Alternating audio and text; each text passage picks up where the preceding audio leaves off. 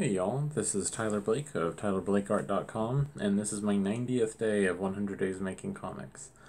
I was finishing up inking the first panel there and started tightening up pencils down here some more, and that's how that's going. And I wanted to do another peek at my reference books. This is yet another Burne Hogarth book.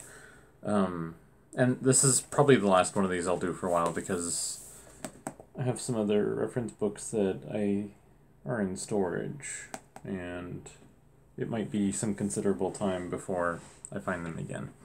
So this is Dynamic Light and Shade by Burne Hogarth, and I think that rounds out my Burne Hogarth library. He had another one that was Dynamic Anatomy, and a friend of mine had that one, but I didn't really see that it had any information that wasn't in dynamic figure drawing.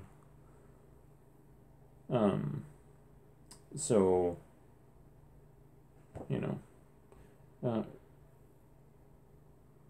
he do one on dynamic hands? Anyway, so this one, he breaks chapters down into black and white silhouette, minimal light. He has 5 categories of light and shade: single source, double source, flat diffused, moonlight, sculptural light, spatial light, environmental light, textural light, transparent light, fragmentation light, radiant light, expressive light.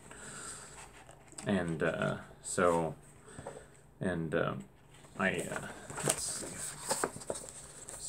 have your silhouette stuff, and he one of the things that I liked that he did in here was to, and I would argue that with that picture of the glasses, he broke out of the silhouette because he's showing light being refracted on the lens right there. So, but that's a nitpick.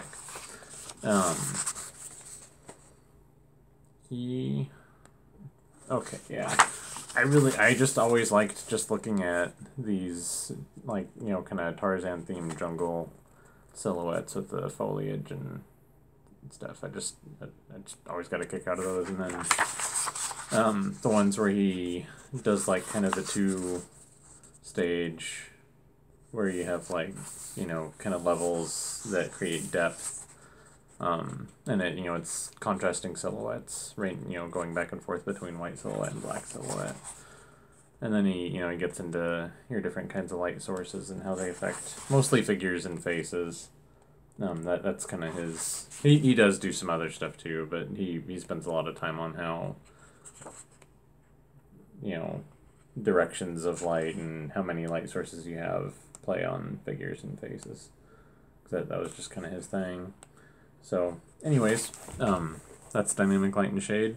I stand by what I said before about Burne Hogarth, where his text can be pretty dry and he can be kind of hard to learn from in that way, but with this, I would say that this one and the drawing wrinkles and drapery one were probably the ones that I got the most out of as far as being able to learn from them, because I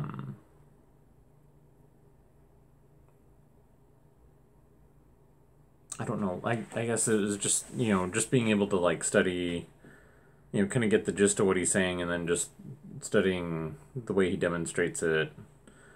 I was able to that was kind of the first time that I kind of got reflected light. So I'll take my face here. I have light source coming from the window here, and I have the light source coming from up there. Before, this isn't reflected light, but it's a double source light.